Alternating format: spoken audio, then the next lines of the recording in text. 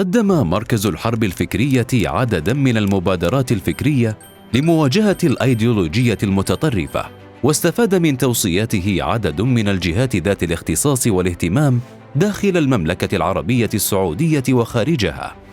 شرع مركز الحرب الفكرية في تراتيب عقد المؤتمرات الفكرية العالمية، ومؤخراً صدرت موافقة خادم الحرمين الشريفين الملك سلمان بن عبد العزيز آل سعود حفظه الله على رعايته الكريمة لإقامة المركز مؤتمراً عالمياً بعنوان القيم الدينية والوطنية في العقيدة العسكرية. يعد مركز الحرب الفكرية وجهة عالمية، حيث استقبل عدداً من الوفود الدولية من علماء شرعيين ومفكرين وتربويين وبرلمانيين وإعلاميين من ذوي الاهتمام باختصاص المركز.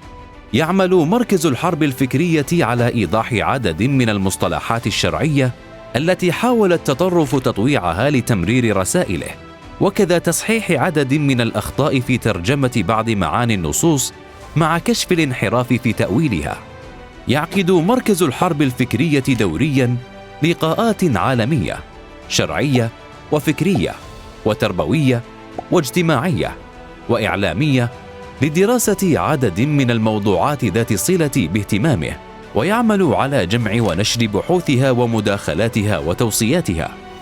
بشهادة عالمية يستخدم مركز الحرب الفكرية لغة دقيقة عالية الدلالة والتأثير، واعتبر رأس الحربة في مواجهة تفاصيل الفكر المتطرف، وصنف الأبرز في توظيف مواده المتخصصة لمكافحة البروباغندا الخاصة بالجماعات المتطرفة. سجلت رسائل أكاديمية في بعض الجامعات لدراسة مواد مركز الحرب الفكرية، كما أتاح المركز للباحثين كافة مواده الشرعية والفكرية، بما في ذلك مقتنيات مكتبته الشاملة.